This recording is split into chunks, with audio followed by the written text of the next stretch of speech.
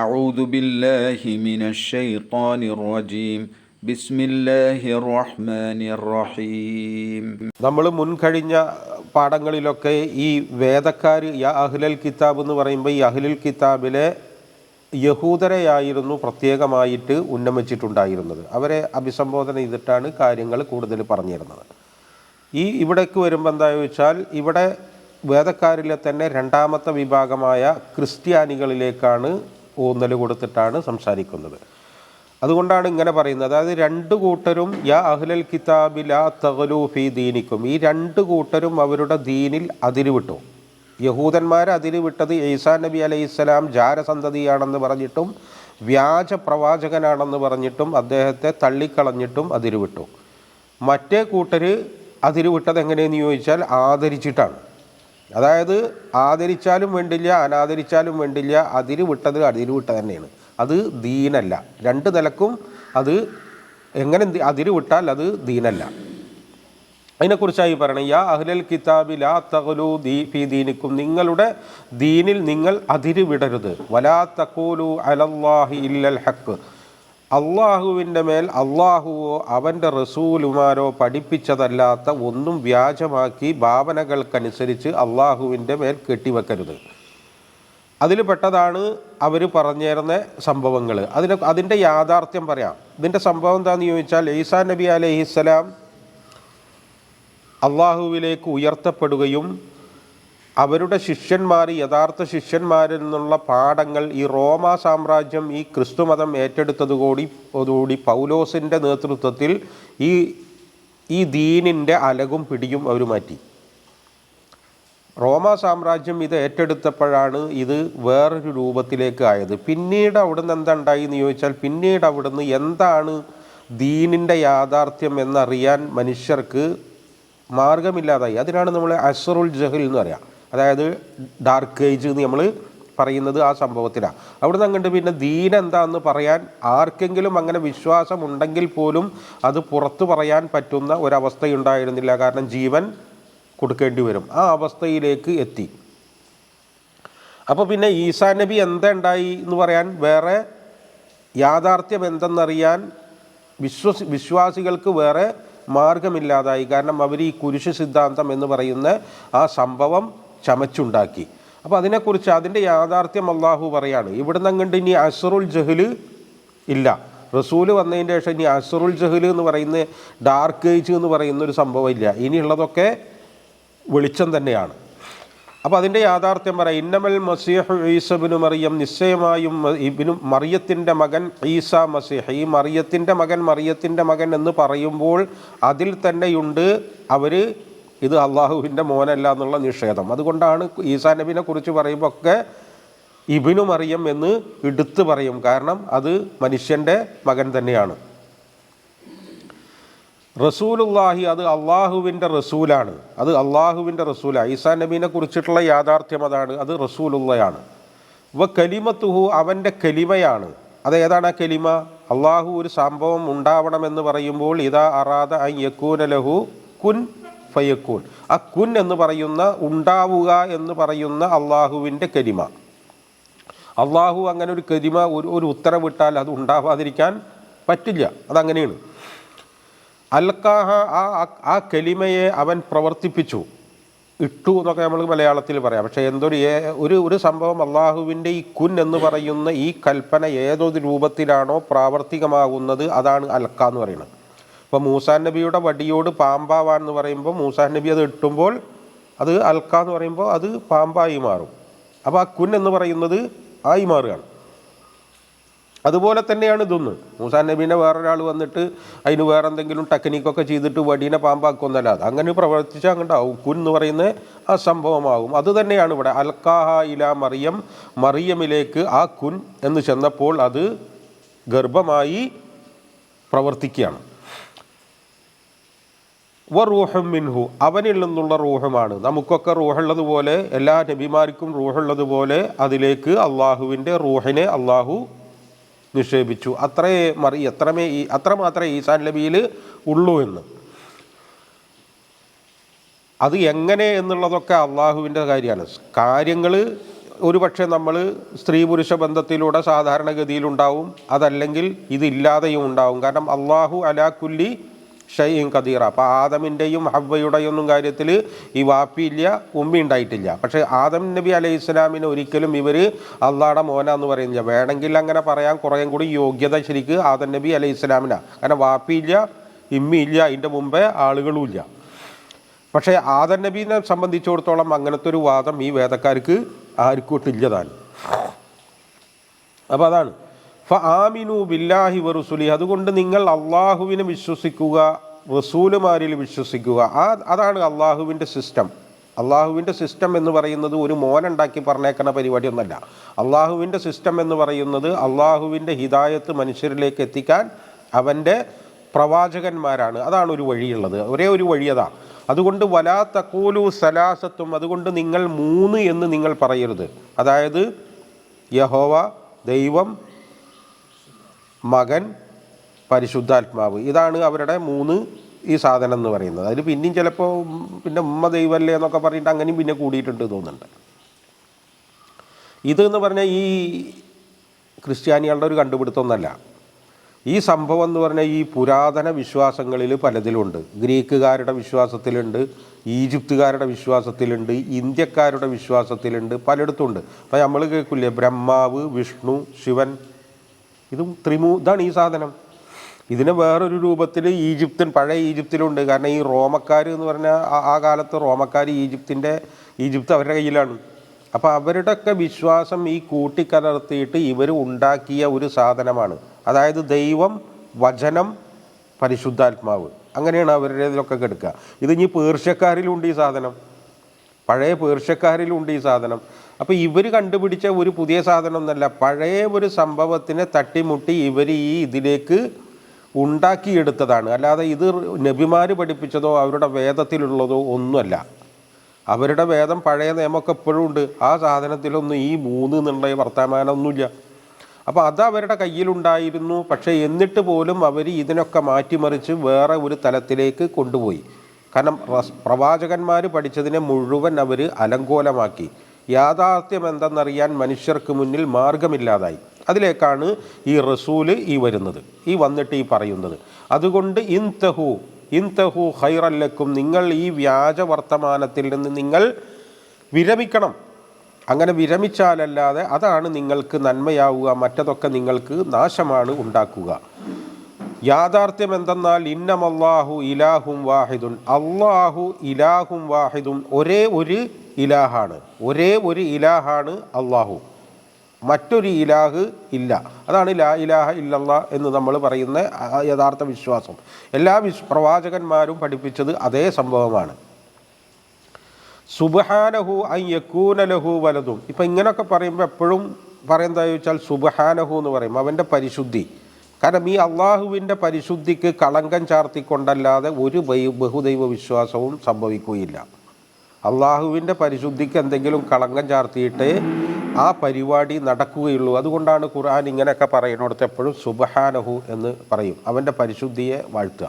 അതായത് ഒരു ന്യൂനതയും ചേർക്കാതെ. ഇപ്പം അള്ളാഹുവിനൊരു മകനുണ്ടാകുക എന്ന് പറയുമ്പോൾ തന്നെ അള്ളാഹുവിന് എന്തോ ആവശ്യമുണ്ടായി എന്ന് വരും. അപ്പം നമ്മളുടെയൊക്കെ ഒരു ലെവലിൽ വെച്ചിട്ടാണ്, അതായത് ഒരു ഒരു ഒരു ഒരു പിൻഗാമി വേണം, കാര്യങ്ങൾ നടത്താനൊന്ന് വേണം. ഈ ബൈബിളൊക്കെ ഇവരുടെ ഈ കുരിശ് സിദ്ധാന്തക്കാരൊക്കെ പറയുന്നത് കേട്ടാൽ നമ്മളാകെ അന്തം വിടും. അവർ പറയുന്നത് എന്താ വെച്ചാൽ അള്ളാഹ്ക്ക് ഒരു അബദ്ധം പറ്റിയതാണ്.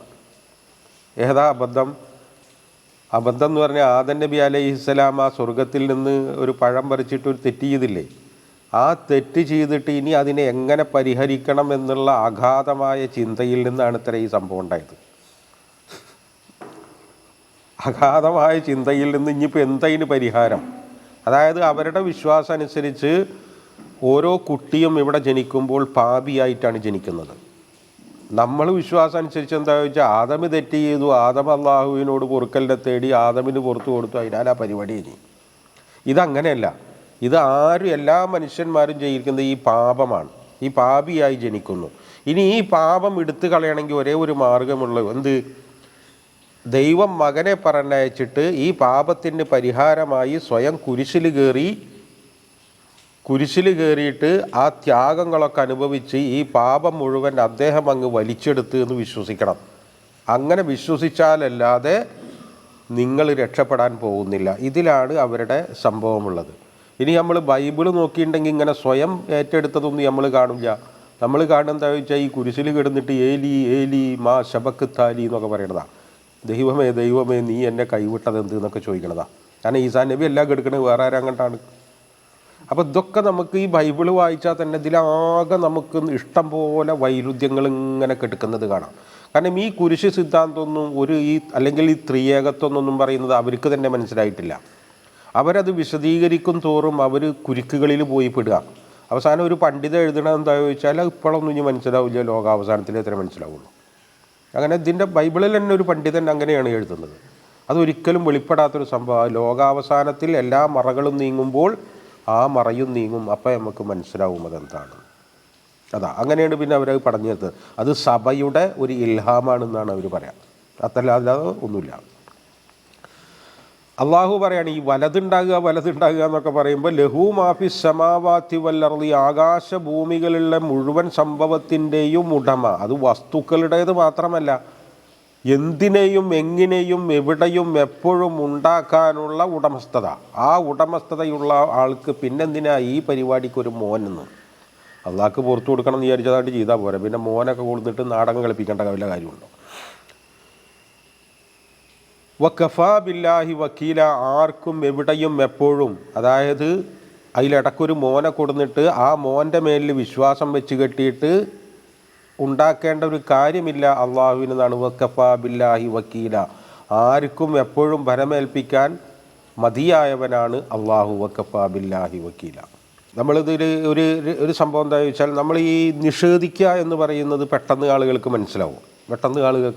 പക്ഷേ ഈ പുകഴ്ത്തുക എന്ന് പറയുന്ന സംഭവം ഉണ്ടല്ലോ, ഈ പുകഴ്ത്തി അതിരുവിടുക എന്ന് പറയുന്നത് സാധാരണ ജനങ്ങൾക്ക് പെട്ടെന്ന് മനസ്സിലാക്കാൻ പറ്റാത്ത ഒരു പ്രശ്നമാണ്. അപ്പോൾ അതുകൊണ്ട് തന്നെ ആളുകളെ ഈ ലലാലത്തിലേക്ക് അകപ്പെടുത്താൻ ഏറ്റവും നല്ല പണി പുകഴ്ത്തലാണ്. അത് ഏത് കാലത്തും ഈ ജനങ്ങൾ ഒക്കെ ഈ തിന്മയുടെ ആളുകൾ ഏത് കാലത്തും എടുത്തുപയോഗിച്ചൊരു തന്ത്രമാണ്. അപ്പോൾ നമ്മൾ വദ്, സുവാ, യഊക്ക്, നസ്ർ എന്നൊക്കെ കേട്ടില്ലേ, അതിനൊക്കെ കുറിച്ചിട്ടുള്ളത് കാണാം. അതൊക്കെ ആ കാലത്തെ സച്ചരിതരായ ജനങ്ങളായിരുന്നു. അവർ മരിച്ചപ്പോൾ അവർ പിന്നീട് പറഞ്ഞിങ്ങനെ കയറ്റിയിട്ട് കൊണ്ടുവരികയാണ്. അപ്പോൾ ഈ പുകഴ്ത്തുമ്പോൾ എന്താണെന്ന് ചോദിച്ചാൽ ആളുകൾ പെട്ടെന്ന് എതിർക്കില്ല. അപ്പം നമ്മൾ നോക്കുക, അപ്പോൾ കുറച്ചു കാലം മുമ്പുണ്ടായിരുന്ന ഒരാളാണല്ലോ ഇപ്പം നമ്മുടെ ഈ മടവൂര് എന്ന് പറയുന്ന ആൾ.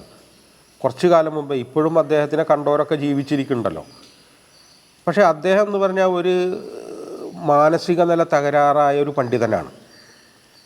അദ്ദേഹത്തിനെ കുറിച്ചിട്ട് ഇപ്പം ഈ മെയിലിയന്മാർ പറയണത് നമ്മളൊന്ന് ശ്രദ്ധിച്ചാൽ മതി. ഒരു മെയിലിയർ എന്നാൾ പ്രസംഗിക്കുകയാണ്, ഒരു ഘട്ടത്തിൽ അയാൾ അനല്ലാ എന്ന് പറഞ്ഞു എന്നാണ്. അതായത് ഞാനാണ് അള്ളാ എന്ന് പറഞ്ഞു. എത്ര വേഗമാണ് ഈ ആളുകളെ, സാധാരണ മനുഷ്യരെ വേറൊരുന്നാക്കി മാറ്റിയെടുക്കുന്നത്.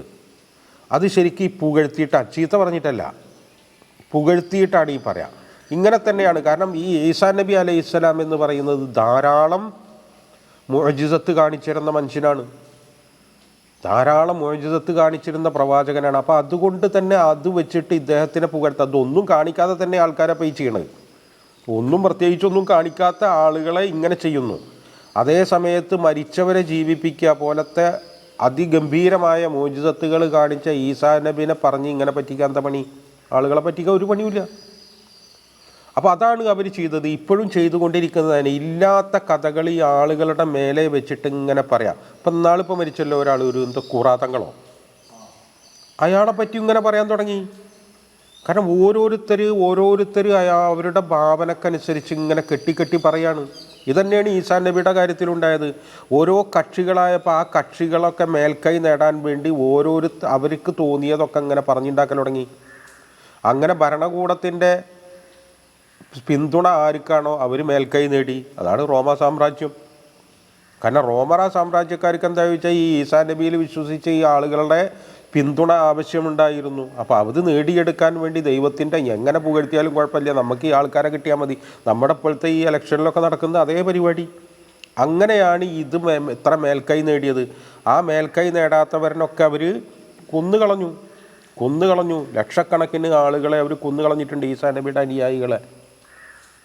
അങ്ങനെയാണ് ഇതൊക്കെ അടയിൽപ്പെട്ടു പോയത്. കാരണം ഈ യാഥാർത്ഥ്യം എന്തെന്നറിയാൻ മനുഷ്യരുടെ മുന്നിൽ പിന്നെ മാർഗങ്ങളില്ലാതായി. ഈസാ നബിയുടെ ശിഷ്യന്മാർ എഴുതിയിരുന്ന സുവിശേഷങ്ങൾ മുഴുവൻ നശിപ്പിക്കപ്പെട്ടു. അതിൽ നിന്നാളിപ്പോൾ ഒന്ന് രക്ഷപ്പെട്ടതാണ് ഇപ്പോൾ ഈ ബർണബാസിൻ്റെ സുവിശേഷം എന്നൊക്കെ പറഞ്ഞിട്ട് നമ്മൾ ഇന്നാൾ പറഞ്ഞ ആ സാധനം. ഈസാ നബി അലൈഹിസ്സലാം ഇപ്പോൾ ഈ നജ്റാനിൽ നിന്ന് റസൂൽ സല്ലല്ലാഹു അലൈഹി വസല്ലമിനെ സന്ദർശിക്കാൻ വേണ്ടി മദീനയിലേക്ക് വന്ന ആ ക്രിസ്തീയ സംഘം റസൂൽ സല്ലല്ലാഹു അലൈഹി വസല്ലമിനോട് പറഞ്ഞ തന്നെ ഒരു വിഷയം എന്താണെന്ന് ചോദിച്ചാൽ, നീ ഞങ്ങളുടെ ദൈവത്തെ നിന്ദിക്കുന്നില്ലേ എന്ന് ചോദിച്ചു. അപ്പോൾ റസൂൽ ചോദിക്കുക, എന്താണ് ആ നിന്ന? ഞാൻ പറഞ്ഞ നിന്ന, നീ ഈസനെ അടിമ എന്ന് പറഞ്ഞില്ലേ എന്ന്, അള്ളാഹുവിൻ്റെ അടിമ എന്ന് പറഞ്ഞില്ലേ എന്ന്. അപ്പോൾ അടിമ എന്ന് പറഞ്ഞാൽ അവർക്ക് നിന്നയായിട്ട് തോന്നുന്നു. അതിനെക്കുറിച്ചാണ് ഈ പറയുന്നത്. ലൻ യസ്തൻകിഫൽ മസീഹ് ഒരിക്കലും അങ്ങനെ യകൂന അബ്ദല്ലില്ല, അള്ളാഹുവിൻ്റെ അടിമയാണെന്ന് പറയാൻ ലജ്ജിക്കുകയില്ല. വലൽ മലായിക്കത്തുൽ മുഖറബൂൻ, ഈ മുഖറബീങ്ങളായ മലക്കിലൊന്നിനാണ് ഒരു ഈ പരിശുദ്ധാത്മാവ് എന്ന് പറയുന്നത്. നമ്മൾ ജിബിരിൽ എന്ന് പറയുന്ന, അവർ റൂഹ എന്ന് പറയുന്ന അതൊക്കെ ദൈവത്തിൻ്റെ ഗണത്തിലേക്കാണ് അവർ കയറ്റി വച്ചിരിക്കുന്നത്. പക്ഷേ അവരാരും തന്നെ അള്ളാഹുവിൻ്റെ അടിമയാണെന്ന് പറയാൻ ലജ്ജിക്കുകയില്ല. കാരണം ഒരു സംഭവം അതിൻ്റെ യാഥാർത്ഥ്യം ഉൾക്കൊള്ളുമ്പോഴാണ് അത് അതിൻ്റെ ടോപ്പിലെത്തുക. ഇപ്പം അബ്ദ് എന്ന് പറയുന്നത് ഒരു മനുഷ്യന് ലഭിക്കാവുന്ന ഏറ്റവും ഉയർന്ന പദവിയാണ്. ഇപ്പോൾ ഒരു കിതാബ് ഒരു പ്രവാചകന് ഇറക്കുക എന്ന് പറയുമ്പോൾ ഒരു മനുഷ്യന് കിട്ടാവുന്ന ഏറ്റവും ടോപ്പ് സംഭവമാണത്. അങ്ങനെ അൻസല അല അൽഹംദുലില്ലാഹില്ലദീ അൻസല അല അബ്ദിഹിൽ കിതാബ് എന്നാണ്. അൻസല അല റസൂലിഹിൽ കിതാബ് എന്നോ നബിഹിൽ കിതാബ് എന്നൊന്നുമല്ല, അബ്ദാണ്. കാരണം അബ്ദാണ് ഏറ്റവും ടോപ്പ് പദവി. അപ്പോൾ ആ കിതാബ് ഇറക്കി ആ വിഷയം പറഞ്ഞപ്പോൾ അള്ളാഹു പറഞ്ഞത് അബ്ദ് എന്ന പദമാണ്. ഇനി ഇസ്രായിനെ കുറിച്ച് നോക്കുക, അസ്റ ബി അബ്ദിഹി ലൈലൻ. അപ്പോൾ അബ്ദ് കഴിഞ്ഞിട്ടാണ് ബാക്കിയൊക്കെ ഉള്ളൂ. അപ്പോൾ അബ്ദ് എന്ന് പറയുന്നത് അള്ളാഹുവിൻ്റെ അടുത്ത് മനുഷ്യന് കിട്ടാവുന്ന, ഒരു സൃഷ്ടിക്ക് കിട്ടാവുന്ന ഏറ്റവും ഉയർന്ന പദവിയാണ്. അത് പറയാൻ ഇവർ ആരും മടിക്കുകയില്ല. കാരണം അവർക്ക് യാഥാർത്ഥ്യം എന്തെന്നറിയാം. അങ്ങനെ അബ്ദ് പറയാൻ ആരെങ്കിലും വമൻ യസ്തൻകിഫ് അൻ ഇബാദത്തിഹി, അവൻ്റെ ആ അടിമത്വം പറയാൻ ആരെങ്കിലും ലജ്ജിക്കുന്നുവെങ്കിൽ, അങ്ങനെ ലജ്ജിച്ച ഒരാളാണ് ഇബ്ലീസ്. അതാണ് ഇസ്തിക്ബാർ, അതാണ് കിബർ. അബാ വസ്തക്ബറ. കണ്ട, ഈ അബ്ദ് എന്നുള്ള സംഭവത്തിനെ നിഷേധിക്കുകയും ഇസ്തിക്ബാർ കിബർ ഉണ്ടാവുകയും ചെയ്തു. യാഥാർത്ഥ്യത്തെ നിഷേധിക്കുകയും ഭാവനയിൽ അഭിരമിക്കുകയും താൻ എന്താണോ യാഥാർത്ഥ്യത്തിൽ അതല്ല എന്ന് വിശ്വസിക്കുകയൊക്കെ ചെയ്യുമ്പോഴാണ് ഈ ഇസ്തിക്ബാർ ഉണ്ടാകുന്നത്. അതാണ് ഇബ്ലീസിന് സംഭവിച്ചത്. വമൻ യസ്തക്ബിർ ഫയഹ്ശുറുഹും ഇലൈഹി ജമീഅ. ആ ഇബ്ലീസും ഈ ഇസ്തിക്ബാർ നടത്തിയവരും ഈ അബ്ദാണെന്ന് പറയാൻ ലംഘിച്ചവരെയൊക്കെ അള്ളാഹു ഒരുമിച്ച് കൂട്ടുക തന്നെ ചെയ്യും. ഫഅമ്മല്ലദീന ആമനു, അപ്പോൾ വിശ്വസിച്ചവർ, വഅമിലു സ്വാലിഹാത്തി, സൽക്കർമ്മങ്ങൾ ചെയ്തവർ, ഫയുവഫീഹിം ഉജൂറഹും, അവർ ആ വിശ്വാസത്തിനനുസരിച്ചുള്ള സൽക്കർമ്മങ്ങൾ ചെയ്താൽ, ഇവിടൊക്കെ സൽക്കർമ്മം എന്ന് പറയുമ്പോൾ അള്ളാഹുവും റസൂലും കാണിച്ചു തന്ന കർമ്മങ്ങളാണ്. അല്ലാതെ നമ്മൾക്ക് തോന്നിയ നമ്മുടെ നാട്ടുകാരോ വീട്ടുകാരോ പ്രദേശത്തുള്ളവരോ പറയുന്ന സൽക്കർമ്മമല്ല. സൽക്കർമ്മം എന്ന് പറയുന്നത് അള്ളാഹുവും റസൂലും നമുക്ക് സൽക്കർമ്മമാണെന്ന് പഠിപ്പിച്ചതായിരിക്കണം. നമ്മൾ ആരെങ്കിലും തീരുമാനിച്ചത് ആവാൻ പറ്റുകയില്ല. ഫയുവഫീഹിം ഉജൂറഹും, അവരുടെ പ്രതിഫലങ്ങൾ, ആ കർമ്മത്തിനനുസരിച്ച പ്രതിഫലങ്ങൾ അവർക്ക് പൂർത്തീകരിച്ച് നൽകും. അത് 1 തൊട്ടിട്ട് 700 ഇരട്ടി വരെയൊക്കെയുള്ള പ്രതിഫലങ്ങൾ പറഞ്ഞിട്ടുള്ളത് മുഴുവൻ കിട്ടും. വയസീദുഹും മിൻ ഫദ്ലിഹി, അവൻ്റെ ഔദാര്യത്തിൽ നിന്ന്. അള്ളാഹുവിൻ്റെ ഔദാര്യം എന്ന് പറയുന്നത് അറ്റമില്ലാത്തതാണ്. ആ അറ്റമില്ലാത്ത ഔദാര്യത്തിൽ നിന്ന് വർദ്ധിപ്പിക്കുകയും ചെയ്യും. അത് ഇതിൻ്റെ പുറമെയാണ്. വ അമ്മല്ലദീന സ്തൻകഫു, ലജ്ജിച്ചവർ, വസ്തക്ബറു, അഹങ്കരിച്ചവർ. ഇതാണ് ഇതിൻ്റെ സംഭവം. അത് നമ്മൾ കൃത്യമായി മനസ്സിലാക്കേണ്ട ഒരു സംഭവം എന്ന് ചോദിച്ചാൽ, ഈ പ്രതിഫലവും സംഭവമൊക്കെ ഉണ്ട്, ഒക്കെ ശരിയാണ്. നമുക്ക് സ്വർഗമുണ്ട്. ഈ സ്വർഗമുണ്ട് എന്നുള്ളതല്ല വലിയ വിഷയം. അപ്പുറത്ത് ശിക്ഷയുണ്ട് എന്നുള്ളതാണ്. ഇപ്പോൾ സ്വർഗമുണ്ട്, നമുക്ക് സ്വർഗം വേണ്ട. നമ്മൾ ഇതിൽ പറയുന്നുണ്ടല്ലോ, യാലൈത്തനി കുന്തു തുറാബ, എനിക്ക് സ്വർഗം വേണ്ട, എന്നെ അങ്ങോട്ട് മണ്ണാക്കി തന്നാൽ മതിയായിരുന്നു. അങ്ങനെ ഇപ്പം നമുക്ക് വെക്കാം. പക്ഷേ അതല്ല ഇവിടുത്തെ പ്രശ്നം എന്നുള്ളതാണ്.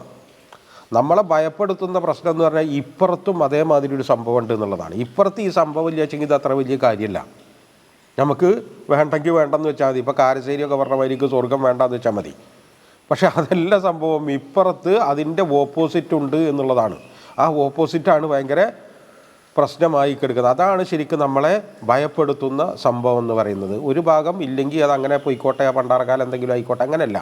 ഇത് അതിൻ്റെ ഇപ്പുറത്ത് വേറെയും സംഭവമുണ്ട്. അപ്പോൾ അമ്മല്ലദീന സ്തൻകഫു വസ്തക്ബറു, അതാണ് ഈ അബുദാണെന്ന് പറയാനും അത് അംഗീകരിക്കാനും അതനുസരിച്ച് പ്രവർത്തിക്കാനും ലജ്ജിച്ചവനും, വസ്തക്ബറു അതല്ലെന്ന് അഹങ്കരിച്ചവനും, ഫയുഅദ്ദിബുഹും അദാബൻ അലീമ, അതിവേദനാകരമായ ശിക്ഷ അവൻക്ക് ഉണ്ട്. അത് ഒരിക്കലും നമുക്ക് സങ്കല്പിക്കാനാവാത്തൊരു സംഭവമാണ്. ഈ നരകശിക്ഷ എന്ന് പറയുന്നത് ഒരിക്കലും നമുക്ക് സങ്കല്പിക്കാൻ പറ്റില്ല. കാരണം നമ്മളുടെ ഈ ഭൂമിയിൽ അങ്ങനൊരു സംഭവം നമ്മൾ അനുഭവിക്കില്ല. കാരണം എന്തൊക്കെ പ്രയാസങ്ങളും എന്തൊക്കെ പ്രതിസന്ധികളുണ്ടെങ്കിലും അള്ളാഹുവിൻ്റെ കാരുണ്യ ലേശമില്ലാത്ത ഒരവസ്ഥ ഇവിടെ ഇല്ല. അപ്പം മരണം പോലും അള്ളാഹുവിൻ്റെ കാരുണ്യത്തിൻ്റെ ഒരു ഭാഗമാണ്. അതാണ് ഇപ്പോൾ നമ്മൾക്കിപ്പോൾ ഏറ്റവും അധികം ഉണ്ടാകുക. ഇതല്ല സംഭവം എന്നുള്ളതാണ്. ഇത് അള്ളാഹുവിൻ്റെ കാരുണ്യം എത്തി നോക്കാത്തൊരു ലോകമാണ്. അങ്ങനെ ഒരു ലോകത്തിനെ കുറിച്ച് നമ്മളെങ്ങനെ സങ്കല്പിക്കും? നമുക്ക് നമ്മുടെ സങ്കല്പത്തിൽ ഒരിക്കലും വരാൻ പറ്റില്ല. കാരണം ഒരു ഭാഗത്ത് അള്ളാഹുവിൻ്റെ കാരുണ്യത്തിൻ്റെ മുഴുവനാണെങ്കിൽ ഇപ്പുറത്ത് എന്ന് പറഞ്ഞാൽ കാരുണ്യത്തിൻ്റെ നിഷേധമാണ്. അവിടെ അതിൻ്റെ കാവൽക്കാരായ മലക്കുകളിൽ നിന്ന് പോലും ഒരു കാരുണ്യത്തിൻ്റെ തരി ഉണ്ടാവുകയില്ല. അങ്ങനെയാണ് അവരുടെ സൃഷ്ടി. ഇതൊക്കെ നമ്മൾ ഭാവനയിൽ നമുക്ക് കാണാൻ പറ്റിയതാണ് ഈ രംഗം. നരകം നമുക്ക് കാണാൻ പറ്റില്ലെങ്കിലും ഇതിൻ്റെ ഈ കാരുണ്യലേശമില്ലാത്തൊരവസ്ഥ എന്ന് പറയുന്നത്, അപ്പം ശ്വാസം തീരെ കിട്ടാതെ ശ്വാസം മുട്ടുന്ന ഒരാൾക്കും എപ്പോഴെങ്കിലും ഒരു വലി കിട്ടുക എന്ന് പറയുന്നത് കാരുണ്യത്തിൻ്റെ ഒരു ഭാഗമാണ്. പക്ഷേ ഇതൊരിക്കലും സംഭവിക്കില്ല. കാരുണ്യം എന്നതിൻ്റെ ഒരു അംശവും അവിടെ സംഭവിക്കുകയില്ല. വലാ യജിദൂന ലഹും, അവർക്കവിടെ കണ്ടെത്താനാവില്ല, മിൻ ദൂനില്ലാഹി, അള്ളാഹുവിനെ കൂടാതെ വേറെ ഒന്നിനെയും, അള്ളാഹുവിനെ കൂടാതെ വേറെ ഒന്നിനെയും അവർ അവിടെ കണ്ടെത്തുകയില്ല. യൗമ യഖൂമുർ റൂഹു വൽ മലായികത്തു സ്വഫൻ ലാ യതകല്ലമൂന ഇല്ലാ മൻ അദിന ലഹുർ റഹ്മാനു വഖാല സ്വവാബ. അവിടെ നിന്ന് അങ്ങോട്ട് പിന്നെ അങ്ങനെയാണ് കാര്യങ്ങൾ. ആരും ഒന്നും എവിടെയും മിണ്ടുകയില്ല. കാരണം അതിനുള്ള അധികാരമില്ല. അവിടെ അള്ളാഹു മാത്രമാണ്. തന്നെയാണ് നമ്മൾ ഈ മാലിക് യൗമിദ്ദീൻ എന്ന് പറയുന്നത്. ആ ദീൻ എന്ന് പറയുന്ന ആ ഒരു ഘട്ടം അള്ളാഹുവിന് സർവ്വം കീഴ്പ്പെട്ട് നിൽക്കുന്ന ഒരു ഘട്ടമാണ്. അതിൻ്റെ ഉടമ അവിടെ അള്ളാഹു മാത്രമാണ്, വേറെ ആരുമില്ല. അതുകൊണ്ടാണ് വലാ യജിദൂന ലഹും മിൻ ദൂനില്ലാഹി, അള്ളാഹു അല്ലാത്ത ഒന്നിനെയും അവരവിടെ കണ്ടെത്തുകയില്ല. വലിയൻ, അതൊരു ഗാർഡിയനായിട്ടോ വലാ നസീറൻ, ഏതെങ്കിലും നിലക്ക് അവരെ ഏറ്റെടുക്കുന്നവരായിട്ടോ ആരും ഉണ്ടാവുകയില്ല. ഇവിടെ ഈ ഭൂമിയിൽ ഇതൊക്കെ പരിപാടിയൊക്കെ ഈ ഇസ്തൻകഫും മറ്റേ ഇസ്തക്ബറൊക്കെ ഉണ്ടാകുമ്പോൾ ധാരാളം ആളുകൾ ലൈക്ക് ചെയ്യാനും ഷെയർ ചെയ്യാനും സിന്ദാബാദ് വിളിക്കാനൊക്കെ ഉണ്ടാവും. പക്ഷേ അതിൻ്റെ ഒന്നും ഒരു ലാഞ്ചന പോലും അവിടെ ഉണ്ടാവുകയില്ല. അതുകൊണ്ടാണ് ഈ സൂറത്തിലാതാ പറയണത്, സഫൻ യൗമ യഖൂമുർ റൂഹു എന്ന് പറഞ്ഞാൽ റൂഹാണ് അവിടെ ആദ്യം പറയണ്ട. റൂഹ എന്ന് പറഞ്ഞാൽ ജിബ്രീലാണ്. റൂഹും മലായിക്കത്തും, റൂഹും അതിൻ്റെ നേതൃത്വവും അതിൻ്റെ സുപ്രീം നേതൃത്വവും ആ മലക്കുകളും അണിയണിയായി നിൽക്കുന്നതാണ്. ഈ സുപ്രീം നേതൃത്വം തന്നെ അവിടെ അങ്ങനെ നിൽക്കുമ്പോൾ, നേരെ മറിച്ച് ഭൂമിയിലേക്ക് വരുമ്പോൾ ഖുർആൻ പറയുന്നത് തനസ്സലുൽ മലായിക്കത്തു വറൂഹു എന്നാണ്. അവിടെ മലക്കുകളാണ് ആദ്യം പറയാം. കാരണം അവിടെ ഒരു സിസ്റ്റമാണ് ആദ്യം വരിക, അതിൻ്റെ സുപ്രീമോ പിന്നെയാണ്. ഇവിടെ സുപ്രീം ലീഡർ തന്നെ അണിയണിയായിട്ട് ഇങ്ങനെ ഉണ്ടാതെ നിൽക്കുന്ന അവസ്ഥയാണ്. അതൊക്കെ അതിൻ്റെ ചിത്രമാണ് അതൊക്കെ. കാരണം അള്ളാഹുവിൻ്റെ മുന്നിൽ എങ്ങനെയാണ് ഈ മലക്കുകൾ അന്നത്തെ ഒരവസ്ഥ, ആ മുഖറബീങ്ങളായ മലക്കുകളുടെ പോലും അവസ്ഥ അന്ന് അതാണ്. നമ്മളൊക്കെ അങ്ങനെയല്ലല്ലോ. നമ്മളിപ്പോൾ ഒരു പാർട്ടിയുടെ ഒക്കെ വലിയ ലീഡറും അതിൻ്റെ ഒരു സമ്മേളനമൊക്കെ ആണെച്ചെങ്കിൽ നമ്മൾ അവിടെ അങ്ങനെ ഓടിക്കളിച്ചിങ്ങനെ നമ്മളവിടെ വലിയ ആളായിട്ടല്ലേ ഉണ്ടാകുക. ഇതങ്ങനെയല്ല. യാ അയ്യുഹന്നാസ്, അതുകൊണ്ട് മനുഷ്യരെ, ഇവിടെ മനുഷ്യരെയാണ് അഭിസംബോധന ചെയ്യുന്നിട്ട്, മോമിനീങ്ങളെ അല്ല, ലോകത്തിലുള്ള മുഴുവൻ മനുഷ്യരെയും. ഖദ് ജാഅക്കും ബുർഹാനും, നേരത്തെ പറഞ്ഞ അസ്റുൽ ജാഹിലിയ, അതായത് ഡാർക്ക് ഏജ് കഴിഞ്ഞു. ഡാർക്ക് ഏജ് മനുഷ്യരെ കഴിഞ്ഞുപോയി. ഇനി ഡാർക്ക് ഏജ് ഞങ്ങൾക്ക് സന്മാർഗമില്ല, ഇവിടുന്ന് ഞങ്ങൾ കിട്ടുക എന്നുള്ള ആ പരിപാടി ഇല്ലാന്ന്. ബുർഹാനും മിർ റബ്ബിക്കും, നിങ്ങളുടെ റബ്ബിൽ നിന്നുള്ള കൃത്യമായ വ്യക്തമായ തെളിവ് നിങ്ങൾക്കിതാ വന്നിരിക്കുന്നു. ഈ പ്രവാചകനിലൂടെ, ഈ ഖുർആനിലൂടെ ഇതാ നിങ്ങൾക്ക് വന്നിരിക്കുകയാണ്. വ അൻസൽന ഇലൈക്കും, നിശ്ചയമായും നാം നിങ്ങളിലേക്ക് ഇതാ ഇറക്കി, നൂറൻ മുബീന, വ്യക്തമായ പ്രകാശം. കാരണം ഇത് നമുക്ക് ഇന്ന് നോക്കുമ്പോൾ കൃത്യമാണ്. കാരണം അന്ന് ഈ 14ാം നൂറ്റാണ്ട് ആയില്ലേ, ഇപ്പോൾ ഹിജ്റ 14ാം നൂറ്റാണ്ടായിട്ട് ഇതേ തെളിച്ചത്തോടെ, അന്നത്തെ തെളിച്ചത്തോടെ ഇന്ന് ആർക്കും കിട്ടുന്നൊരവസ്ഥയാണ്. ഇന്നിപ്പോൾ ഒരു ഹദീസിൻ്റെ ഒരു വേർഡ് നമ്മൾ ഗൂഗിളിൽ അടിച്ചു കൊടുത്താൽ അത് മുഴുവൻ നമ്മുടെ മുന്നിലേക്ക് ഉണ്ട് തുറന്നു വരുന്നത്. അതായത് കാലങ്ങൾ വർദ്ധിക്കും തോറും മുമ്പേ ഉണ്ടായിരുന്നൊരു സംഭവം പോലെയല്ല, ഇത് തെളിച്ചം കൂടുകയാണ്, കുറയല്ല. ഇന്നിപ്പോൾ എന്ന് പറഞ്ഞാൽ നമുക്ക് എന്തെല്ലാം സൗകര്യങ്ങളാണ് ഖുർആനിൽ നമുക്ക് പരതാനും തപ്പാനും ഒക്കെ. മറ്റത് എന്ന് പറഞ്ഞാൽ ഇപ്പോൾ ഇവിടെ തന്നെ ബുക്കുകൾ ഇരിക്കുന്നുണ്ടാവും. കാരണം അൽഫാദുൽ ഖുർആൻ എന്നൊക്കെ പറയുന്ന ഗ്രന്ഥങ്ങൾ, വലിയ കിതാബുകളുണ്ട്. നമ്മളൊരു ലഫ്ദ് പിന്നെ അതെവിടെയൊക്കെ വന്നു എന്ന് അന്വേഷിക്കണമെങ്കിൽ കുറേ മെനക്കെട്ടിട്ട് ഇങ്ങനെ ഇരിക്കണം.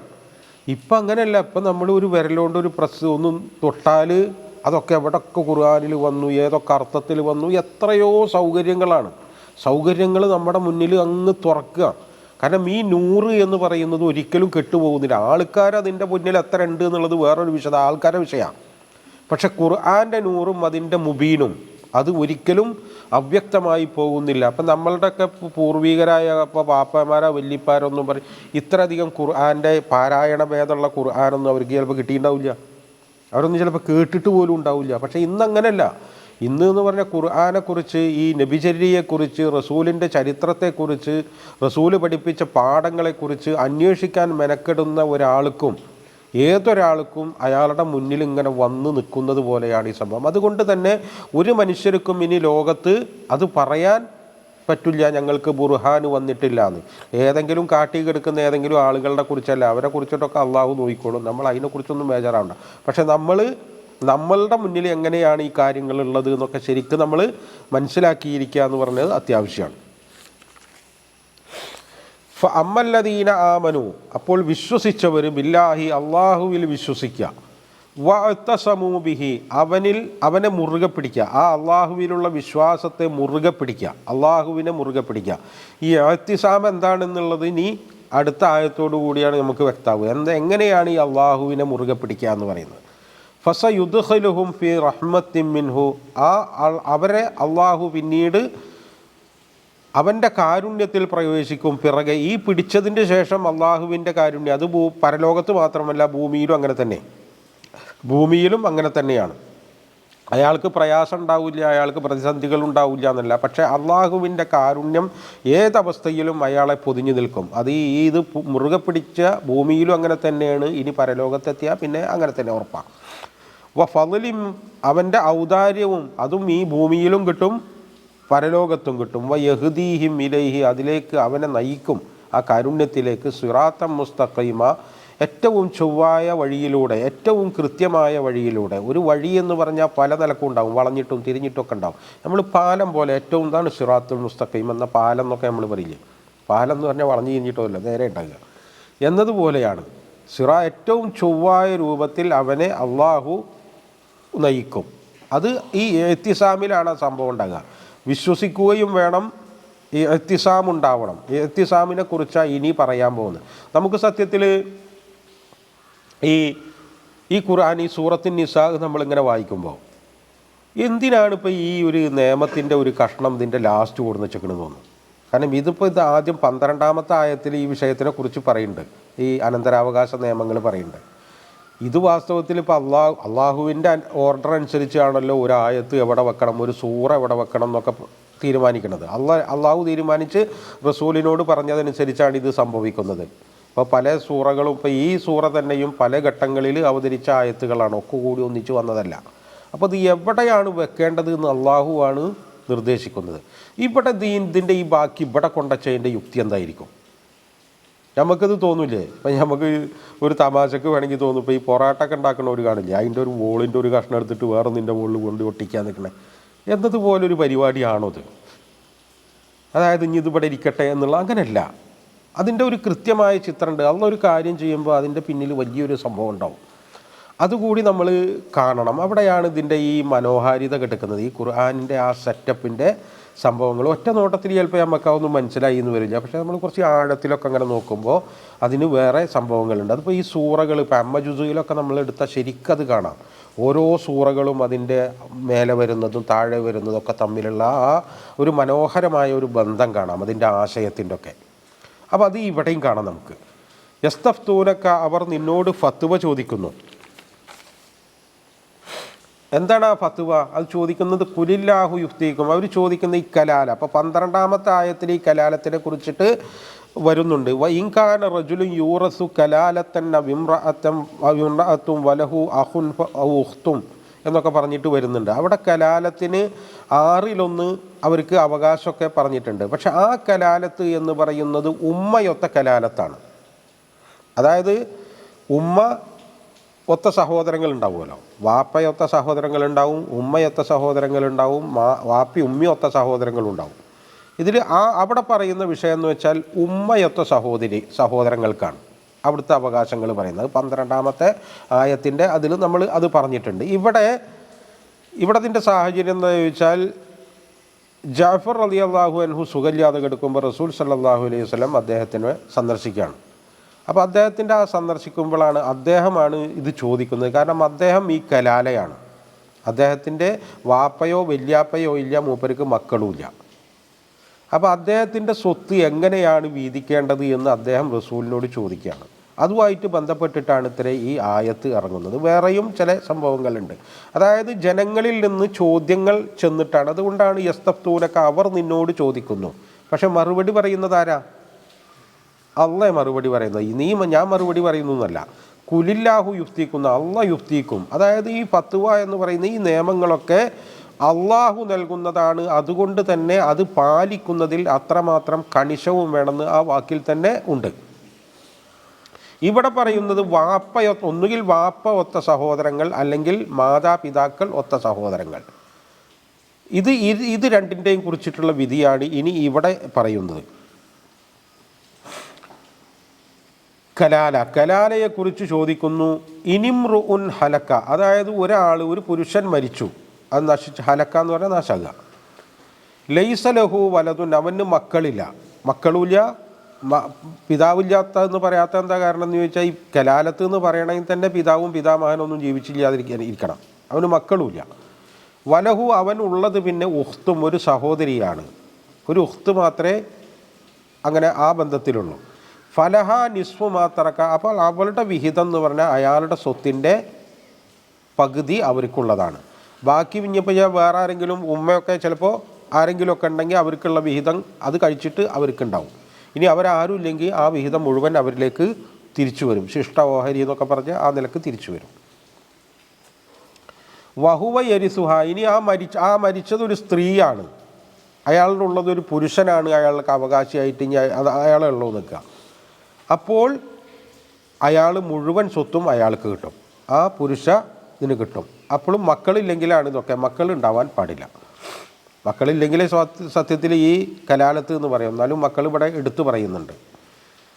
അപ്പോൾ ഈ കാനത്തസിനത്തൈനി, ഇനി അദ്ദേഹത്തിൻ്റെ ആ അവകാശികൾ അത് 2 എണ്ണമാണ്. 2 പെണ്ണുങ്ങളാണെങ്കിൽ, അതായത് മരിച്ച ആൾ, ആ കലാലത്തായ മനുഷ്യന് 2 സഹോദരികളാണ് ഉള്ളത് എങ്കിൽ അവർക്ക് 2ഉം കൂടി സുലുസാനി മിമ്മാത്തറക്ക, ആ 2ൽ നിന്നും 3ൽ 2 ഭാഗമാണ്. 3ൽ 2 ഭാഗം ആ 2 പേരും കൂടി വീതിച്ചെടുക്കുകയാണ് വേണ്ടത്. അതാണ് അവർക്കുള്ളത്. ബാക്കിയുള്ളത് പിന്നെ അവരുടെ കടം, അവരുടെ വസിയ്യത്ത് കാര്യങ്ങളിലേക്കൊക്കെ നീക്കണം. ഇത് അള്ളാഹ് നിശ്ചയിച്ചതാണ്. ഇതാണ് ആദ്യം പരിഗണിക്കേണ്ടത്.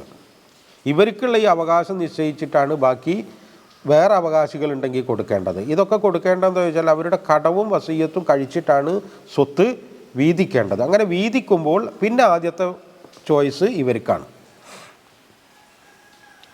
വ ഇൻകാനു ഇഖ്വത്തൻ റിജാലൻ വ നിസാ, അവരിനിപ്പോൾ ഈ സഹോദരിമാരും സഹോദരങ്ങളും ഇടകലർന്നിട്ടാണെങ്കിൽ ഫലിദ്ദക്കരി, അപ്പോൾ പുരുഷനുണ്ടാകുക മിസ്ലു ഹദ്ദിൽ ഉൻസയൈനി, 2 സ്ത്രീകളുടെ അവകാശം ഒരു പുരുഷനുണ്ടാവും. അത് സാധാരണ അനന്തരാവകാശം പങ്കുവെക്കുമ്പോഴും അങ്ങനെ തന്നെയാണ്. 2 സ്ത്രീ അവകാശങ്ങളാണ് പുരുഷനുള്ളത്. പക്ഷേ അടിസ്ഥാനം എന്ന് പറഞ്ഞാൽ സ്ത്രീ അവകാശമാണ്. അതാണ് ഇതിൻ്റെ സംഭവം. അതായത് സ്ത്രീകൾക്ക് അള്ളാഹു കൊടുക്കുന്ന ഈ സൂറത്തു നിസാഇൻ്റെ തന്നെ പേര് അതാണ്. അതായത് സ്ത്രീകൾക്ക് അള്ളാഹു കൊടുക്കുന്ന ഈ പരിഗണന അത് ഈ സൂറയുടെ തുടക്കം മുതലേ ഉണ്ട്. എന്നാൽ സമ്പത്ത് വീതിക്കുമ്പോൾ സ്ത്രീക്ക് പകുതിയേ ഉള്ളൂ. അത് പുരുഷന് ചുമത്തിയ ബാധ്യതയുടെ ഭാഗമാണ്. അതായത് ഇസ്ലാമിക സമൂഹത്തിൽ ഒരു പുരുഷൻ ഈ ബാധ്യതകളൊക്കെ ഏറ്റെടുത്ത് കഴിയുമ്പോൾ എങ്ങനെ നോക്കിയാലും സ്ത്രീക്കായിരിക്കും ലാഭം. എങ്ങനെ നോക്കിയാലും സ്ത്രീക്കാ ലാഭം. നമ്മൾ ഈ സമ്പത്ത് എന്ന് പറയുമ്പോൾ ഇവിടുത്തെ ഒരു വ്യവസ്ഥയൊക്കെ അനുസരിച്ച് നമ്മൾ ജീവിക്കുകയും പിന്നെ സ്ത്രീക്ക് പകുതിയുള്ളൂ എന്ന് പറയുന്നതും പോലെയല്ല. ഇസ്ലാമിക വ്യവസ്ഥക്കനുസരിച്ച് ജീവിക്കുമ്പോഴാണ് ഇസ്ലാമിക അനന്തരാവകാശത്തിൻ്റെ മഹത്വം കാര്യമൊക്കെ സമൂഹത്തിനും ജനങ്ങൾക്കും അത് ബോധ്യപ്പെടുകയുള്ളൂ. നമ്മൾ വേറൊരു വ്യവസ്ഥയിൽ ജീവിക്കുകയും ഇതിൻ്റെ ചില സംഭവങ്ങൾ എടുത്തിട്ട് നമ്മൾ അവിടേക്ക് കൊണ്ടുവച്ചിട്ട് ഇത് അവിടെ ഫിറ്റാവില്ല എന്ന് പറയുന്നതും വേറൊരു സംഭവമാണ്. ഇത് ഫിറ്റാവണമെങ്കിൽ ഇസ്ലാമിക സമൂഹത്തിൽ ഇസ്ലാമികമായ നിയമങ്ങൾക്കകത്ത് ജീവിക്കുന്ന സമൂഹത്തിനെ ഇതൊക്കെ ഫിറ്റാവുകയുള്ളൂ. അല്ലെങ്കിൽ ഇതൊക്കെ അങ്ങോട്ടും ഇങ്ങോട്ടും തെറ്റും തെറിച്ചൊക്കെ നിൽക്കുന്നതായിട്ട് നമുക്ക് തോന്നും. യുബയ്യിനുല്ലാഹു ലക്കും, അള്ളാഹു നിങ്ങൾക്ക് വ്യക്തമാക്കി തരുന്നു, അൻ തളില്ലു, നിങ്ങൾ പിഴച്ചു പോവാതിരിക്കാൻ. അതായത് ഇതിൻ്റെ സംഭവം എന്താണെന്ന് ചോദിച്ചാൽ നേരത്തെ നമ്മൾ പറഞ്ഞല്ലോ വഅത്തസിമൂന്ന്. ഇത് ഈ അള്ളാഹുവിനെ നമ്മൾ മുറുകെ പിടിക്കുക എന്ന് പറയുന്നത് അള്ളാഹു നൽകിയ ഈ സൂറത്തുൻ നിസായിൽ തന്നെ നിരവധി വിഷയങ്ങളുണ്ട്. സ്ത്രീകളെ സംബന്ധിച്ച്, സമൂഹത്തെ സംബന്ധിച്ച്, വിവാഹത്തെ സംബന്ധിച്ച്, വിവാഹമോചനമുണ്ട്, ഒരുപാട് സംഭവങ്ങൾ, ഒരുപാട് വിഷയങ്ങൾ പരാമർശിച്ചിട്ടാണ് അതിൻ്റെ നിയമങ്ങൾ. നമസ്കാരമുണ്ട്, തേമമുണ്ട്, യുദ്ധ നമസ്കാരമുണ്ട്, അങ്ങനെ ഒരുപാട് സംഭവങ്ങളുണ്ട്. ആ സംഭവങ്ങളിലൊക്കെ അള്ളാഹുവിനെയും റസൂലിനെയും മുറുകെ പിടിക്കുക. അള്ളാഹു എന്താണോ കൽപ്പിച്ചത്, റസൂൽ എങ്ങനെയാണോ നമുക്കത് കാണിച്ചു തന്നത്, അങ്ങനെ ചെയ്യുന്നതിനാണ് നമ്മൾ ഈ ഇഅ്തിസാം എന്ന് പറയാം. ആ ഇഅ്തിസാം ഉണ്ടെങ്കിൽ മാത്രമേ, അല്ലാതെ ബുദ്ധിപരമായിട്ട് നമുക്ക് ഈ അള്ളാഹുവിൻ്റെ ഏകത്വം ഒക്കെ അങ്ങ് മനസ്സിലായി എന്ന് വെച്ചിട്ട് ഒരു ചുക്കും സംഭവിക്കാനില്ലാന്ന്. അത് മനസ്സിലായി എന്ന് വെച്ച് പ്രവൃത്തിയിൽ നമ്മൾ ഈ സംഭവത്തെ കൊണ്ടുവന്നിട്ടില്ലെങ്കിൽ അൻ തളില്ലു, നിങ്ങൾ പിഴച്ചു പോകും. ഇപ്പം നമ്മളിപ്പോൾ ഈ ഇന്ത്യൻ അവസ്ഥയിൽ ഈ ജാതി നിർമൂലനത്തെക്കുറിച്ച്, ജാതി ഇല്ലായ്മ ചെയ്യാനൊക്കെ വേണ്ടിയിട്ട് ധാരാളം ആളുകൾ പണിയെടുത്തിട്ടുണ്ട്, ധാരാളം ആളുകൾ ചിന്തിച്ചിട്ടുണ്ട്, ഇന്നും ചിന്തിച്ചു കൊണ്ടിരിക്കുന്നുണ്ട്. പക്ഷേ ഇത്രയും കാലമായിട്ട് ഈ ചിന്ത എവിടെയും ഫലപ്രദമായിട്ട് നമ്മൾ കാണുന്നില്ല. എന്താ, ഇപ്പം അംബേദ്കർ ഭയങ്കര ഗംഭീരമായിട്ട് ചിന്തിച്ചിട്ടുണ്ട്, ഗാന്ധിജിയുടെ ലെവലിൽ ചിന്തിച്ചിട്ടുണ്ട്, നാരായണ ഗുരു ചിന്തിച്ചിട്ടുണ്ട്, ഫൂലയുണ്ട്, അയ്യങ്കാളിയുണ്ട്, നിരവധി ഉണ്ട്. പരിഷ്കർത്താക്കൾ എന്ന് പറയുന്ന നിരവധി ആളുകൾ ചിന്തിച്ചിട്ടുണ്ട്. പക്ഷെ എന്താ ചോദിച്ചാൽ ഇതിനൊരു കർമ്മ പദ്ധതിയില്ല, ഒരു ആക്ഷൻ ഇല്ല. ഇന്നത് ചെയ്തിട്ട് എന്ന് പറയുന്നൊരു പരിപാടി ഉണ്ടല്ലോ, ഈ ചെയ്യലാണ് ശരിക്കും ഫലം ഉണ്ടാക്കുന്നത്. അത് നമ്മൾ ബുദ്ധിപരമായിട്ട് കാര്യങ്ങൾ ഇങ്ങനെ മനസ്സിലാക്കി വെച്ച് എന്ന് വിചാരിച്ചിട്ട് ഈ ഭൂമിയിൽ ഒന്നും സംഭവിക്കാൻ പോകില്ല. അത് നമ്മളങ്ങനെ ഇരുന്ന് മുരടിച്ചു പോകുക എന്നല്ലാതെ ഇതിനിപ്പോൾ ഒരു പ്രവർത്തന സംഭവമുണ്ട്. ആ പ്രവർത്തന സംഭവം അതാണ് നമ്മൾ ഈ യാ അയ്യോ അല്ലദീന ആമനു എന്ന് പറയുന്നതിനോട് കൂടെ അമലുസാലിഹാത്ത് പറയുന്നത്. അതും കൂടി ചേരുമ്പോഴല്ലാതെ ഈ ഫലം അത് പുറത്തു കൊണ്ടുവരില്ല. ഇവിടെയാണെങ്കിലും പരലോകത്തായാലും രണ്ടിടത്തും ഈ ഫലം കിട്ടില്ല. കാരണം ഈ അമലുസാലിഹാത്തിനാണ് പ്രയാസം, മറ്റതിന് അത്ര പ്രയാസമൊന്നുമില്ല. അതുകൊണ്ടാണ് വിശ്വാസത്തിൽ നമുക്ക് പിഴച്ചാൽ അതിന് യാതൊരു പരിഹാരവും ഇല്ലാത്തത്. നേരെ മറിച്ച് കർമ്മത്തിൽ പിഴക്കുമ്പോൾ അതിന് ധാരാളം പ്രയാസങ്ങളും പ്രതിബന്ധങ്ങളും ഉണ്ട്. അതുകൊണ്ട് തന്നെ അള്ളാഹു അഫൂവും ഗഫൂറാണ്. പക്ഷേ ഇത് രണ്ടും കൂടി ചേർന്നാലല്ലാതെ ഈ ഇസ്ലാം എന്ന് നമ്മൾ പറയുന്ന ഈ ദീനുൽ ഇസ്ലാം എന്ന് പറയുന്നത് പൂർത്തിയാവുകയില്ല.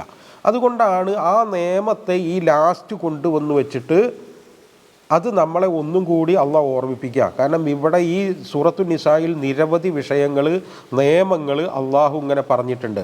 ആ പറഞ്ഞതൊക്കെ റസൂല് നമുക്ക് കാണിച്ചു തന്നതുപോലെ നമുക്ക് അങ്ങോട്ട് ചെയ്യുമ്പോഴാണ് നമ്മൾ ഈ ദീൻ എന്ന് പറയുന്ന സംഭവം പൂർത്തിയാവുന്നത്. അതല്ലാതെ ബുദ്ധിപരമായിട്ട് നമ്മൾ കുറേ കാര്യങ്ങൾ മനസ്സിലാക്കി എന്നതുകൊണ്ട് മാത്രം ഒരു ചുക്കും സംഭവിക്കാൻ പോകുന്നില്ല. ഈ ഭൂമിയിലും സംഭവിക്കില്ല, അള്ളാഹുടെ അടുത്ത് അതിന് പ്രത്യേകിച്ച് ഒരു വിലയില്ല. അള്ളാഹുവിൻ്റെ അടുത്ത് വില വേണമെങ്കിൽ ഇത് രണ്ടും വേണം. അതാണ് ഈമാനും ഇസ്ലാമും. ഇതിന് തന്നെയാണ് നമ്മൾ ലാ ഇലാഹ ഇല്ലല്ലാഹ് മുഹമ്മദുർ റസൂലുള്ളാഹ് എന്ന് പറയുക. ഇതിന് തന്നെയാണ് നമ്മൾ അഷ്ഹദു അല്ലാ ഇലാഹ ഇല്ലല്ലാഹ് വ അഷ്ഹദു അന്ന മുഹമ്മദർ റസൂലുള്ളാഹ് എന്ന് പറയാം. ഇത് രണ്ടും ചേർന്ന് കൊണ്ടല്ലാതെ ഈ ദീൻ ഉണ്ടാവുകയില്ല. അത് വ്യക്തി തലത്തിലാണെങ്കിലും സാമൂഹ്യ തലത്തിലാണെങ്കിലും ഒക്കെ ഇതേപടി തന്നെ ഇത് നടക്കണം. അങ്ങനെ ആകുമ്പോഴേ വ്യക്തി തലത്തിലാകുമ്പോൾ വ്യക്തി രക്ഷപ്പെടും, സമൂഹ തലത്തിലാകുമ്പോൾ സമൂഹം രക്ഷപ്പെടും, രാഷ്ട്രങ്ങൾ ഏറ്റെടുക്കുമ്പോൾ രാഷ്ട്രങ്ങൾ രക്ഷപ്പെടും. ഇത് തന്നെയാണ് ഈ സൂറയിലൂടെ നമുക്ക് അള്ളാഹു പറഞ്ഞു തരുന്ന സംഭവം. ഇനി നമ്മൾ ഇൻഷാ അള്ളാഹ് അടുത്ത ആഴ്ച മുതൽ നമ്മൾ സൂറത്തുൽ മാഇദ ആരംഭിക്കുകയാണ് ഇൻഷാ അള്ളാഹ്. നമ്മളിതിനോട് ചേർത്ത് പറയേണ്ട ഒരു വിഷയം എന്താണെന്ന് വെച്ചാൽ, ഈ ക്ലാസ്സുകൾ ഇങ്ങനെ കേൾക്കുക, ഇവിടുന്ന് കേൾക്കലൊക്കെ ശരിയാണ്. പക്ഷേ ഏതെങ്കിലും ഒരു തഫ്സീർ നമ്മൾ ഈ പാഠഭാഗമെങ്കിലും ഈ ഒരാഴ്ച നമ്മൾ വായിച്ചിരിക്കണം. കാരണം ഞാനിതിൽ പറയാത്ത നിരവധി വിഷയങ്ങൾ ഇതിലുണ്ട്. അപ്പോൾ അനന്തരാവകാശത്തിനൊക്കെ പറ്റിയിട്ട് നമ്മൾ ഇവിടെ ഇരുന്ന് ഇങ്ങനെ പറയാൻ തുടങ്ങിയാൽ നമുക്ക് ഈ 1, 2, 3 മണിക്കൂറല്ല. ഇതിൻ്റെ അഭിപ്രായ വ്യത്യാസങ്ങൾ, സംഭവങ്ങൾ, ഒരുപാട് സംഭവങ്ങളുണ്ട്. അപ്പോൾ അതൊക്കെ കുറിച്ച് നമുക്കൊരു കാഴ്ച ഇങ്ങനെ കിട്ടണമെങ്കിൽ ഈ ഖുർആനിലൂടെ ഇങ്ങനെ തുടർന്ന് പോകുമ്പോൾ നമുക്ക് എന്താ വെച്ചാൽ ഇതുമായി നിരന്തരമായൊരു ബന്ധം കിട്ടും. ആ ബന്ധം എന്ന് പറയുന്നത് നമ്മുടെ ജീവിതത്തെ ആകെ മാറ്റിമറിക്കും. ചെറുതും വലുതുമായ നിരവധി കാര്യങ്ങൾ നമ്മൾ നമ്മുടെ ജീവിതത്തിൽ ഇങ്ങനെ ചെയ്യുമ്പോൾ ഈ ഖുർആൻ്റെ ഓരോ ആയത്തുകളുടെ നമ്മുടെ മുന്നിൽ ഇങ്ങനെ വന്ന് നിൽക്കും. എന്നിട്ട് എനിക്ക് പോയി ചെയ്യാൻ പറ്റുമോ, ഈ പോയി ചെയ്താൽ ശരിയാവുമോ എന്ന് നമ്മളോട് ഇപ്പോൾ ഒരു ആൻറ്റി വൈറസ് നമ്മൾ ഇൻസ്റ്റാൾ ചെയ്തതുപോലെയാണ്. അത് നമ്മുടെ മുന്നിൽ ഇങ്ങനെ വന്ന് നിൽക്കും. ഏതൊരു കാര്യം നമ്മൾ ചെയ്യുമ്പോഴും നമ്മുടെ മുന്നിൽ വന്ന് നിന്ന് ചോദിക്കും, ഇത് ഈ ചെയ്യാൻ പാടുണ്ടോ, ഇത് ചെയ്യാൻ പാടുണ്ടോ. ഇത് നമ്മളെ വല്ലാതെ നമ്മളെ മാറ്റിമറിക്കും. നമ്മുടെ ജീവിതത്തിൽ എപ്പോഴും ഈ തഖ്വാബോധം എന്ന് പറയുന്ന അതന്നെ, ഈ ചെയ്യാൻ പറ്റൂലേ എന്നുള്ളതാണ് ഈ തഖ്വാബോധം. അതങ്ങനെ പറ്റൂലേ, പറ്റുന്നതും പറ്റാതിരിക്കുന്നതും ഈ മനുഷ്യർക്ക് മാത്രമാണ്. അപ്പോൾ അതുകൊണ്ട് ആ തഖ്വാബോധം നമ്മളുടെ ഉള്ളിലെപ്പോഴും നിൽക്കും. അതുകൊണ്ട് തന്നെ ഈ ഒരു പാഠം നമ്മൾ ഈ ഒരാഴ്ച നമ്മളൊന്ന് 1-2 പ്രാവശ്യമൊക്കെ ഒന്ന് വായിച്ച് നമ്മളെ ആയത്തുകളും സംഭവങ്ങളും അതിൻ്റെ വിഷയങ്ങളൊക്കെ ഒന്ന് പഠിക്കണമെങ്കിൽ ഏതെങ്കിലും ഒരു തഫ്സീർ, ഇന്നത് എന്നൊന്നുമില്ല, ഏതെങ്കിലും ഒരു തഫ്സീർ കുറച്ച് വിശദമായിട്ട് പറയുന്ന ഒരു തഫ്സീർ. ഇപ്പോൾ മലയാളികളൊക്കെ സംബന്ധിച്ചിടത്താണെങ്കിൽ ഇത് നല്ലൊരു തഫ്സീറാണ്. കാരണം ഒരുവിധം കാര്യങ്ങളൊക്കെ പ്രതിപാദിക്കുന്നൊരു വിഷയമാണ് ഈ ബോധനം എന്ന് പറയുന്നത്. നമ്മൾ ആരിലേക്ക് നമ്മളൊന്ന് വളരുക. ഖുർആൻ്റെ മുന്നിൽ നമ്മൾ ഈ ജാടയൊന്നും കാണിച്ചിട്ട് കാര്യമില്ല. അങ്ങനെയാണെങ്കിൽ നമുക്കൊരു രക്ഷ കിട്ടില്ല. അതുകൊണ്ട് ഈ ചെറിയ നിലക്കൊരു വായനയിലേക്കൊക്കെ ഈ പഠിതാക്കൾ കടക്കണം. ഒരു തഫ്സീർ അതിൻ്റെ ഇപ്പോൾ നിലവിലുള്ള ഒരു വാല്യം നമ്മൾ ഒരു വാല്യം മേടിച്ചാൽ മതിയല്ലോ, നമുക്ക് അത് അടുത്ത കഴിയുമ്പോൾ നമുക്ക് അടുത്തത് മേടിച്ചാൽ മതിയല്ലോ. അപ്പോൾ അങ്ങനെ ഒരു ഇതിലേക്കും കൂടി നമ്മൾ പോകണം എന്നുള്ളത് ഞാൻ ഈ ഇതായിട്ട് പറയാം. അടുത്ത നമുക്ക് മായിദൊക്കെ വരുമ്പോൾ അത് ഇനിയും ആവശ്യമായിട്ട് വരും. അപ്പോൾ അതങ്ങനെ ചെയ്യാം ഇൻഷാ അല്ലാഹ്. മായിദ എന്ന് പറയുന്നത് ഇനി 3ാമത്തെ വാല്യത്തിലാണ് മായിദ സൂറത്ത് തുടങ്ങിയത്. 2ാമത്തെ വാല്യം നിസായിൽ അവസാനിച്ചു. അപ്പോൾ അങ്ങനെ ആരെങ്കിലുമൊക്കെ ഒന്ന് മേടിക്കണമെങ്കിൽ അത് കരീം സാഹിബിനോട് ഏൽപ്പിച്ചാൽ അദ്ദേഹം തന്നെ അത് കൊടുന്നു തരും. നമുക്ക് നിർത്താം. വ ആഖിറു ദഅ്വാനാ അനിൽ ഹംദുലില്ലാഹി റബ്ബിൽ ആലമീൻ. അസ്സലാമു അലൈക്കും വറഹ്മത്തുള്ളാഹി വബറകാതുഹു.